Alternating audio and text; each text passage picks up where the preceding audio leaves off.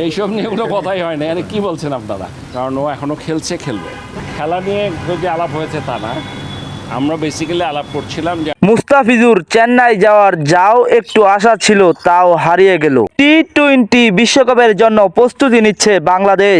BCB সভাপতি পাপন বললেন, জিম্বাবুর সাথে সিরিজ জিতলেও ব্যাটিং বোলিং ভালো হয়নি বাংলাদেশের, তাই টি-20 বিশ্বকাপের প্রস্তুতি ভালোভাবে নিতে হবে বাংলাদেশের।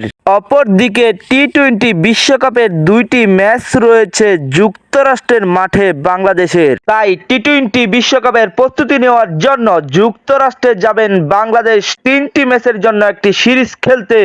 অবশেষে বিসিবি সভাপতি পাপন বললেন, যুক্তরাষ্ট্রের সাথে বাংলাদেশের 3টি ম্যাচের সিরিজ থাকার কারণে মুস্তাফিজুর রহমানকে আইপিএলে পাঠাতে পারলাম না।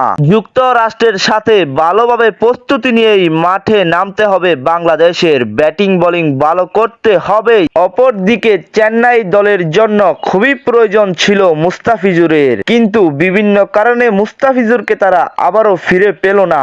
এদিকে আবার বেঙ্গালুরুর সাথে চেন্নাইয়ের একটি খেলা রয়েছে 18ই মে ইন্ডিয়ার সময় রাত 7:30, বাংলাদেশ সময় রাত 8টা। এদিকে আবার চেন্নাইকে সেমিফাইনাল নিশ্চিত করতে চাইলে বেঙ্গালুরুকে হারাতেই হবে। একটি ভিডিও তৈরি করতে অনেক অনেক কষ্ট হয়। আপনাদের কাছে অনুরোধ থাকবে, যদি আমাদের ভিডিওটি ভালো লাগে তাহলে আমাদের চ্যানেলটাকে সাবস্ক্রাইব করবেন এবং লাইক দিয়ে আমাদের পাশেই থাকবেন। সবাই ভালো থাকবেন, সুস্থ থাকবেন। দেখা হবে পরবর্তী আরেকটি ভিডিওতে।